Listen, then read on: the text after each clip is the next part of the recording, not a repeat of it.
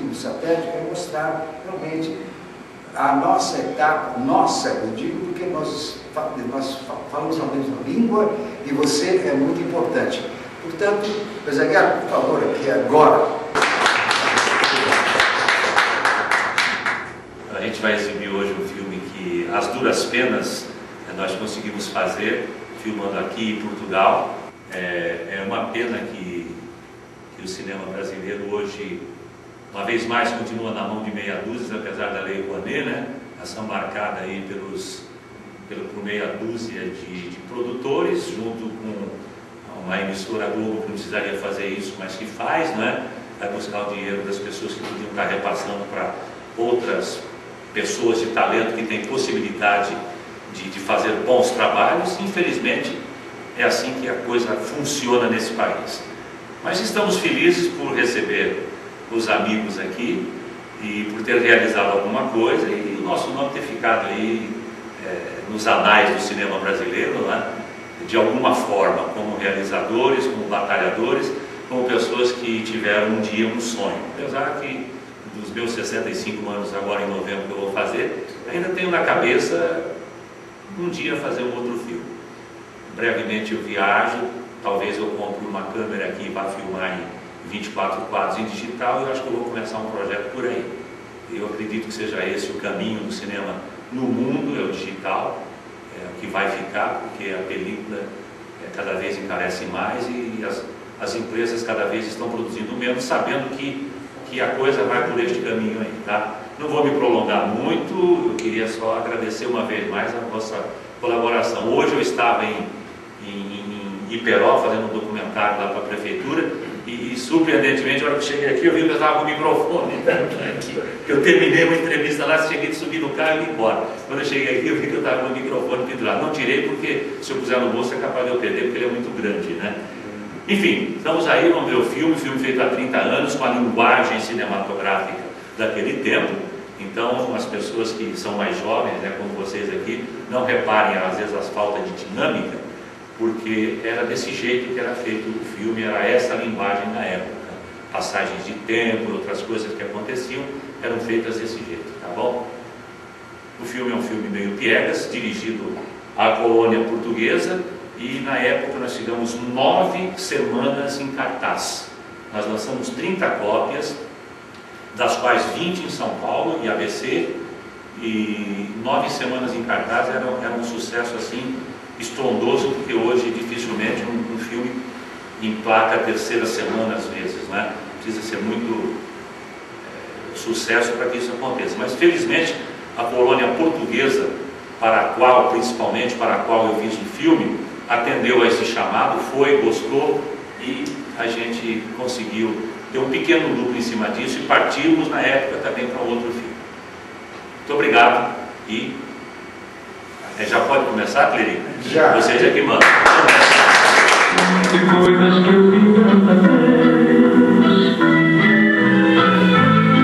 onde um homem vai do amor presente da casa de um português, onde um homem vai do amor presente da casa de um português. Agora, para explicar isso, e essa forma dele, um grande repórter, como sempre foi, aliás, produtor de filmes, eu não sei como é que ele dirigiu o Chumbo Quente, porque ele já tinha toda essa gama de emoções. Mas, Zagueiro, por favor. Eu não dirigi Parabéns, Chumbo Quente, eu sou meu amigo aqui para dirigir. Ele até escondeu o produtor para deixar o Roberto Leal aparecer, né? Ele até escondeu o produtor no filme, o produtor de música. Não, eu estou aí aberto para algumas perguntas. A gente fez assim, como eu falei, é uma linguagem de 30 anos atrás. Aliás, foi surpresa até para mim. Eu estou a dar uma olhada assim no relatório e ver que eu fiz esse filme em 1978, já são 30 anos. Eu tinha até cabelo no filme, era mais magro. Mas foi uma luta, foi bacana, foi gostoso.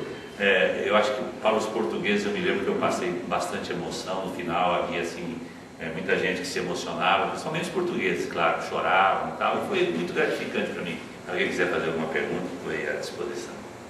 Como é que você começou no cinema, se esse é o seu primeiro filme? Felizmente, a minha trajetória, eu consegui fazer tudo o que eu quis na vida. Eu logo cedo comecei a trabalhar no serviço de alto-falante, fui para a Rádio Mirassol, Tanabi, Marília, e fui convidado para fazer o grande jornal Falado Tupi, que muita gente aqui, vocês jovens, não sabem nem o que é, um Corifeu de Azevedo Marques, que hoje é nome de rua, em homenagem a ele, que morava naquele local. E daí eu fui para a Rede Globo, quando a Globo comprou a TV Paulista, como repórter. Me brevetei e me profissionalizei como piloto. E aí, em 74 eu estava de saco cheio de as reportagens que a gente fazia não irem para o ar, porque a repressão não deixava. Então eu larguei tudo e fui ser piloto. Durante 18 anos eu fiquei voando como piloto, com 11 mil horas de voo somadas. Eu trazia aviões dos Estados Unidos, foi uma época na Transbrasil, muito pouco, mas... Aí depois, em 89, eu vendi o avião, fui embora para os Estados Unidos, felizmente foi tudo bem lá, tive uma filha maravilhosa, que vai fazer 16 anos agora, e é muito doida a minha vida. Com relação ao primeiro filme, quem na verdade dirigiu foi o Clerim. Eu trabalhava como repórter na TV Globo, em 67 a 74 eu trabalhei lá. Nessa época a gente conheceu uma dupla chamada Léo Canhoto e Robertinho, que estava explodindo na época, como hoje é Zezé de Camargo e Luciano. Então, Jesse James, nós fomos fazer uma reportagem junto com o Marcel, que é meu sócio nesse filme aqui também, foi meu sócio na empresa. Nós fomos fazer uma reportagem para o outro Robertinho, e aí surgiu a ideia de fazermos um filme. Apresentamos uma proposta para eles dois e eles acharam interessante, fizemos uma parceria. Aí começamos a buscar um pouquinho de dinheiro nosso, um pouquinho de dinheiro aí fora e tal. E contratamos o Clerim para dirigir, porque eu não tinha experiência, viu, Clerim? Eu não tinha experiência, eu acho que não ia encarar o filme, né, naquela altura do campeonato. E o Clerim muito bem dirigiu esse filme com o Léo Canhoto e o Robertinho, que também foi sucesso, né, Clerim? Graças a Deus. Aí depois eu parti para o segundo filme, com o Roberto Leal. Nessa altura eu já tinha saído da TV Globo, o pessoal estava voando, e foi o primeiro filme. Depois eu fiz ainda Por um Corpo de Mulher, com Armando Bogo, Silvia Salgado, Helena Ramos.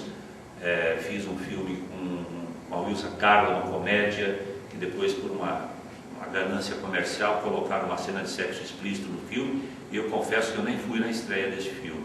Eu nem sei como é que ficou, você tem uma ideia, eu não vi. Fiz também O Homem e Objeto de Prazer, que é uma história real de duas mulheres e um homem e tal.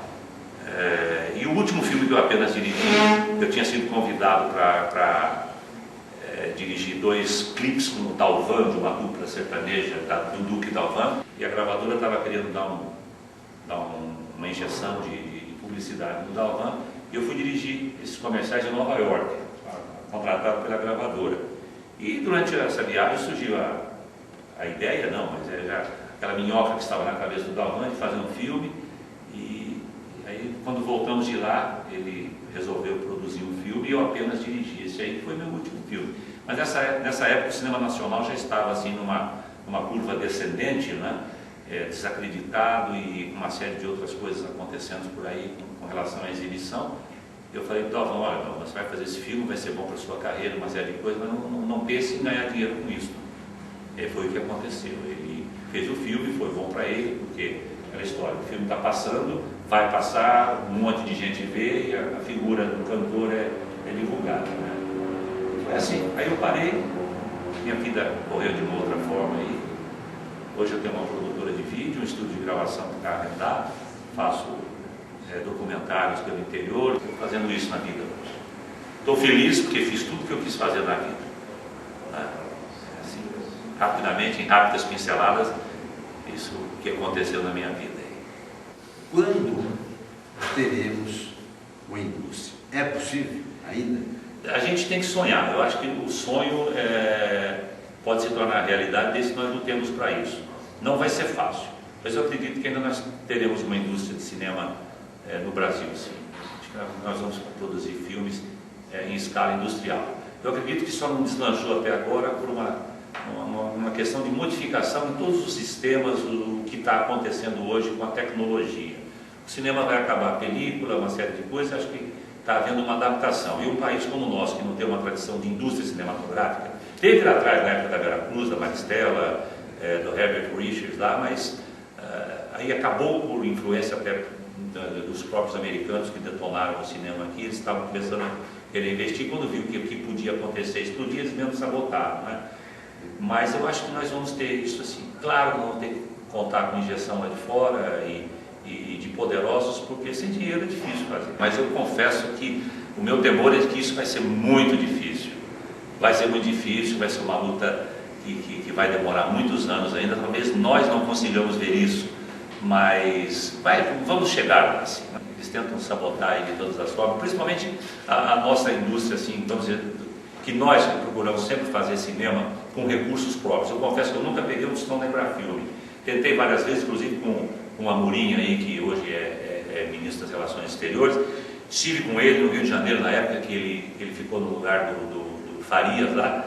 Ele falou, não, vamos dar uma injeção de investimentos no cinema paulista, tal. O cinema paulista é um cinema que segurou muito tempo a onda aí, mas fez coisa nenhuma, sabe? Virei as costas e nunca mais me atendeu nem sequer um telefone. E ele continuava injetando dinheiro na família Farias lá, que tinha um monopólio, tinha testas de ferro para os quais eles injetavam dinheiro e eles eram os PCs Farias da Embrafilme, né? Então foi isso que estragou, foi isso que acabou, foi o roubo que acabou com o cinema brasileiro daquela época. Foi malandragem.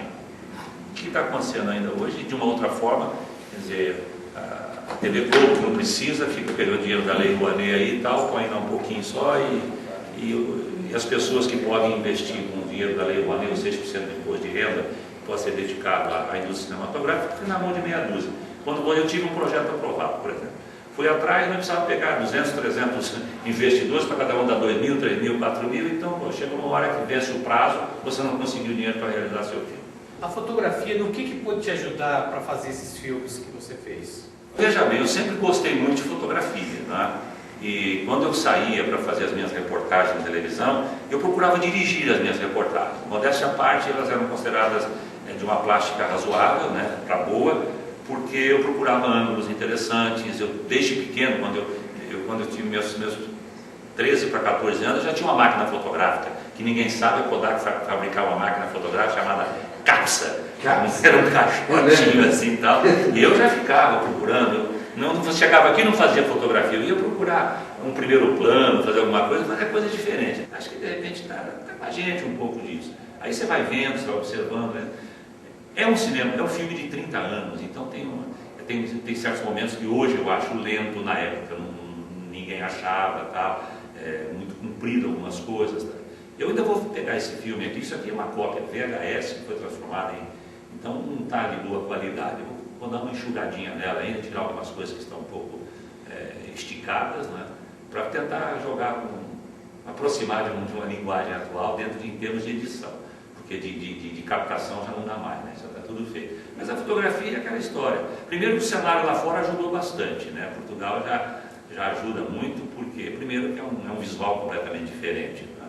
Mas é a brincadeira de cabeça da gente. Mas o filme demorou aproximadamente 4 meses para fazer, porque nós tínhamos que atender também a programação do Roberto. O Roberto fazia shows, então a gente não podia programar 10 dias seguidos para filmar.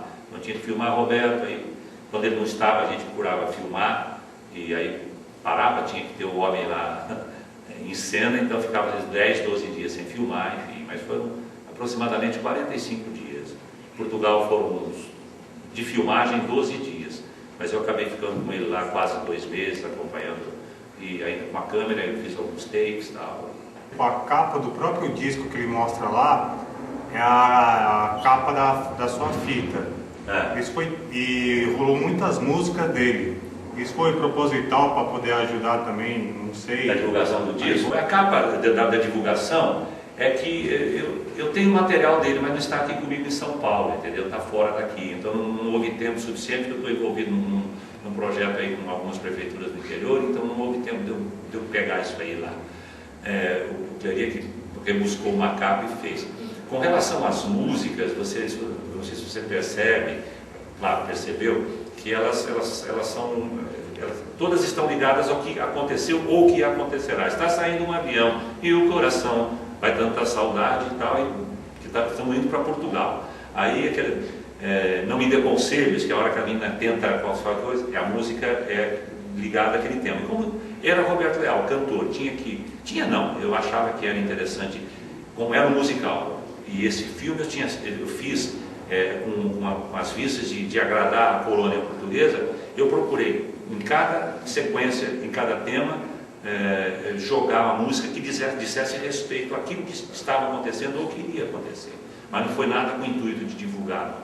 Aquela monte de capas de disco foi mais para dar uma passagem dele. 0 de cantor para top, né, artista e tal, e finalmente o dinheiro para ir embora, ganhar dinheiro e tal.